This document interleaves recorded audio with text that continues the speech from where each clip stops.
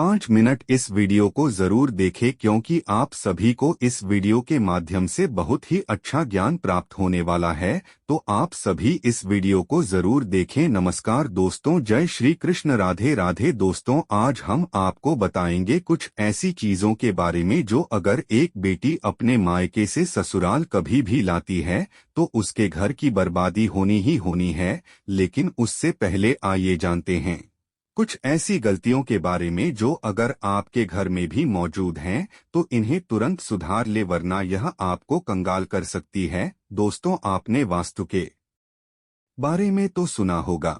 ऐसा कहा जाता है कि अगर आपका वास्तु खराब हो तो कोई काम सही नहीं होता। हालांकि हर व्यक्ति इस बात पर विश्वास नहीं करता, पर जो सच है तो सच है। दोस्तों, कई बार हमारी कुछ गलत आदतें हमें कई तरह की समस्याओं में डाल सकती हैं। यदि हमें इनके बारे में पहले से ही पता हो तो हम आने वाली समस्याओं से बच सकते हैं। वास्तु के अनुसार यदि आप भी अपने जीवन में चाहते हैं अपार धन और सुख शांति, तो बताए जाने वाली बातों का ध्यान घर में जरूर रखें।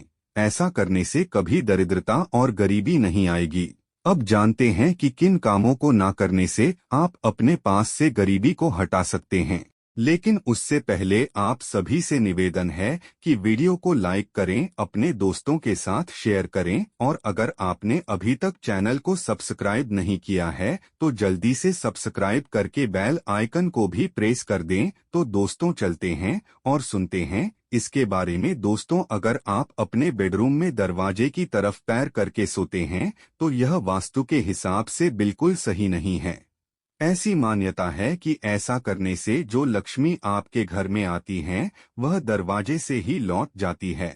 आपको बता दें कि आपके घर में लगी घड़ी का भी वास्तव में बहुत बड़ा संबंध है। आपको तकिए के नीचे, बेड के सामने व पीछे घड़ी रखकर नहीं सोना चाहिए। ऐसे करने से इंसान का दिमाग नकारात्मक सोचता है और उसके पास कभी लक्ष्मी नहीं आती हैं। इसी तरह आपका बेड भी आपके लिए वास्तु का एक उदाहरण पेश करता है। आपको बता दें कि वास्तु के अनुसार यह बहुत ही जरूरी है कि आप जिस बिस्तर पर सोते हैं उस पर बहुत ही साधारण रंग की चादर और तकिया हो। अत्यधिक गहरे चमके रंग वाली चादर नहीं होनी चाहिए, इससे भी लक्ष्मी नहीं आती है। इसीलिए आपको ध्यान रखना चाहिए। अगर आपकी बेड पर कोई भी इलेक्ट्रिक चीज है तो यह भी आपके वास्तु के हिसाब से ठीक नहीं है। आपको सोते समय यह ध्यान रखना चाहिए कि आप अपने पास किसी तरह का पंखा या कोई और चीज बेड पर ना रखें। ऐसा करने से आपके घर में लक्ष्मी नहीं आती। आपको बता दें, आपके घर में जिन लोगों की मृत्यु हो जाती है हम अक्सर उनकी फोटो घर में लगाते हैं। लेकिन ध्यान रहे कि जिस कमरे में आप सोते हैं वहां पर मंदिर ना हो और ना पूर्वजों की फोटो लगानी चाहिए। इसे अशुभ माना जाता था। ऐसा करने से आपके घर में लक्ष्मी नहीं आती। वास्तु का एक पहलू यह भी है कि आपके बेडरूम में और आपके पूरे घर में एक भी जानवरों की तस्वीर नहीं होनी चाहिए। और आपने किसी युद्ध की तस्वीर लगाई, ऐसा करने पर आपके घर में लक्ष्मी नहीं आती। यह वास्तु के अनुसार ठीक नहीं है। अब आप सभी को उन चीजों के बारे में जानकारी देते हैं जो औरत अपने माँ से मांगकर अपने घर में ले आती हैं या उनकी माँ उनको दे देती हैं, और ये चीजें लाकर कुछ ऐसी गलतियां कर बैठती हैं जिसकी वजह से बेटी को और पति को जीवन भर दुख सहना पड़ सकता है। बेटी को दी गई कुछ चीजों के कारण उसके जीवन में खुशियों के बजाय दुख आने लगते हैं। क्या आप जानते हैं कि बेटी को कौन सी चीजें गलती से भी नहीं देनी चाहिए? बेटी को कभी भी खाने वाली मिश्री ना दें, इससे उसके शादीशुदा जीवन में कड़वाहट फैल सकती है। ऐसा माना जाता है कि उसकी और उसके पति के रिश्तों में तकरार होती है। बेटी को सूखी मेवाएं दे सकते हैं, यह शुभ माना जाता है। लोग बेटी को गृहस्थी के लिए चूल्हा दे देते हैं, ऐसा कभी ना करें। चूल्हा देने से माना जाता है कि वह अपने परिवार में अपना अलग घर कर लेंगे और परिवार से अलग रहने लगेंगे। चूल्हे की बजाय आप अन्य घर गृहस्थी से जुड़ी दूसरी चीजें दे सकते हैं। बेटी को भूलकर भी तेज धार वाली चीजें ना दे, जिसका मतलब होता कि आप उसके रिश्तों में घुलने मिलने से रोक रहे हैं। आप अपनी बेटी को मीठी चीजें दे सकते हैं, इसके अलावा कोई भी चीज ना दे बेटी के रिश्ते में खटास आ जाती है, तब आप खाने पीने की बाकी चीजें दे सकते हैं। दोस्तों, अगर किसी पति को लगता है कि आपको आपके मायके से वह सम्मान नहीं मिलता है जिसके आप हकदार हैं और अब वही मान सम्मान पाना चाहते, अगर महिलाओं को अगर किसी पत्नी को लगता है कि आपके पति की इज्जत आपके घर वाले नहीं करते हैं, तो आप यह बेहद सरल उपाय कर सकते हैं। कुछ ही दिन में आपको इसका असर देखने को मिलेगा। आपके पति को वह मान सम्मान आपके मायके में मिलेगा जिसके वह हकदार हैं। हर कोई कर आदर करें और उसे मान सम्मान मिले। कई बार ऐसा होता है कि नेगेटिव एनर्जी की वजह से व्यक्ति को उचित मान सम्मान नहीं मिलता है, तो वास्तु के अनुसार कुछ ऐसे उपाय बताए गए हैं जिनके कारण व्यक्ति को मान सम्मान, धन और नौकरी आदि सभी समस्याएं खत्म हो जाती हैं।